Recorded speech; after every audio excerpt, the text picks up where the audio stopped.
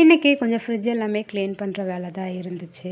ஏன்னா கொஞ்சம் பால் எல்லாமே கொட்டி ஃப்ரிட்ஜே ஒரு வழி ஆயிடுச்சு. ஸோ இன்றைக்கி கொஞ்சம் க்ளீன் பண்ணிடலாமே அப்படின்ட்டு எல்லாமே அந்த ட்ரேலாம் எடுத்து கழுவுறதுக்கு போட்டுட்டேன்.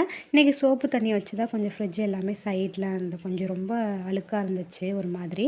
ஸோ அதனால் அதெல்லாம் கொஞ்சம் ஸ்க்ரப் வச்சு நல்லா தேய்ச்சி விட்டு அதுக்கப்புறம் தான் காட்டன் துணி வச்சு நல்லா எல்லா பக்கமும் தொடச்சி விட்டுட்டேன் ஒரு 2-3 டைமு. ஏன்னா ரொம்ப அழுக்காக இருந்துட்டனால அதெல்லாமே பார்த்துட்டு இருந்தேன். என் பையன் வந்து ஸ்கூல் விட்டு வந்தான் அப்படின்னா ஃபர்ஸ்ட் வந்து அந்த ஃப்ரிட்ஜை தான் திறந்து பார்ப்பான். சாக்லேட், ஐஸ்கிரீம், ஜூஸ் ஏதாவது இருக்கா அப்படின்ட்டு. திறந்துட்டு வந்து அது பொறுமையாக அந்த டோர் க்ளோஸ் பண்ண மாட்டான். இழுத்து ஒரு அடி அடிப்பான். அதிலே எல்லாமே பால் எல்லாமே கீழே கொட்டிடுது பாத்திரத்தில் இருந்துச்சுன்னா. அதனால் இப்போ எதையுமே வந்து நான் சாக்லேட்டாக இருக்கட்டும் எதையுமே வந்து ஃப்ரிட்ஜில் ஸ்டோர் பண்ணி வைக்கிறதே கிடையாது. பாக்ஸில் போட்டு ஸ்லாப் மேலே தான் வச்சிடுறேன். ஏன்னா கோல்ட் ஆகிடுமோ அப்படின்ற ஒரு பயத்திலே நான் வந்து அவனுக்கு வந்து சாக்லேட்லாம் இப்போ கொஞ்சம் அவாய்ட் பண்ணிடலாம் அப்படின்ட்டு தான் நினச்சிட்டு பாக்ஸில் ஸ்டோர் பண்ணி ஸ்லாப் மேலே வச்சிடறேன் அவனுக்கு தெரியாமல்.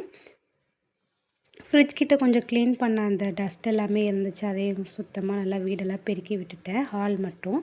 ஏன்னா பாப்பா ரூமில் தூங்குறான் அப்படின்றதுனால ரூம் மட்டும் நான் பெருக்கலை. ஹால் மட்டும் நல்லா பெருக்கி விட்டுட்டேன். கிச்சனில் வந்து அந்த ஸ்லாப்க்கு கீழே அந்த நியூஸ் பேப்பர்லாம் கொஞ்சம் அழுக்காக இருந்தனால அதெல்லாம் கொஞ்சம் வேறு பேப்பர் மாற்றி போட்டிருந்தேன். பார்க்கவும் கொஞ்சம் இப்போ நீட்டாக இருந்துச்சு. ஏன்னா சைடில் ஃபுல்லாக ஓவர் டஸ்ட்டாக இருந்துச்சு. அது எல்லாமே நான் எடுத்து நல்லா க்ளீன் பண்ணிட்டு தான் வேறு பேப்பர் போட்டு அதெல்லாமே அடுக்கி வச்சேன்.